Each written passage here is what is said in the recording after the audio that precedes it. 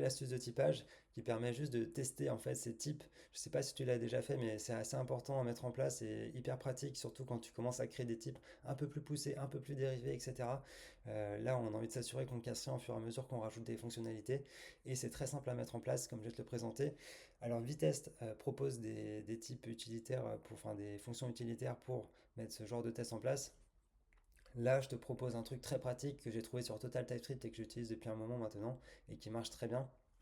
Donc en gros ici tu peux voir j'ai créé un premier test un premier type donc expect equal same name en gros il compare same name et same name là il n'y a pas d'erreur parce que c'est les mêmes. Dans ce deuxième test là je compare un number avec un string littéral et là il y a une erreur comme quoi false bon vous voyez pas mais false ne vaut pas true donc ça me remonte une erreur immédiate, donc je sais que là ce type n'est pas bon. Et ça c'est hyper rapide à mettre en place.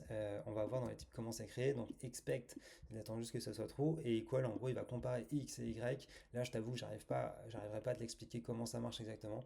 Tu peux le retrouver, je pense, sur Total TypeScript comment ça fonctionne.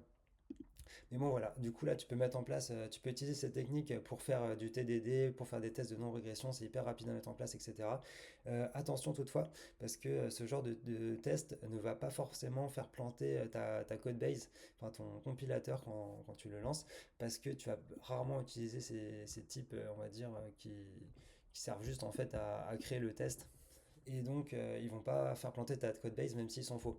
Donc une petite vigilance là-dessus, il y a des façons de faire pour pouvoir justement faire planter le compilateur dans ces cas-là, mais voilà, donc c'est un petit truc à vérifier, attention.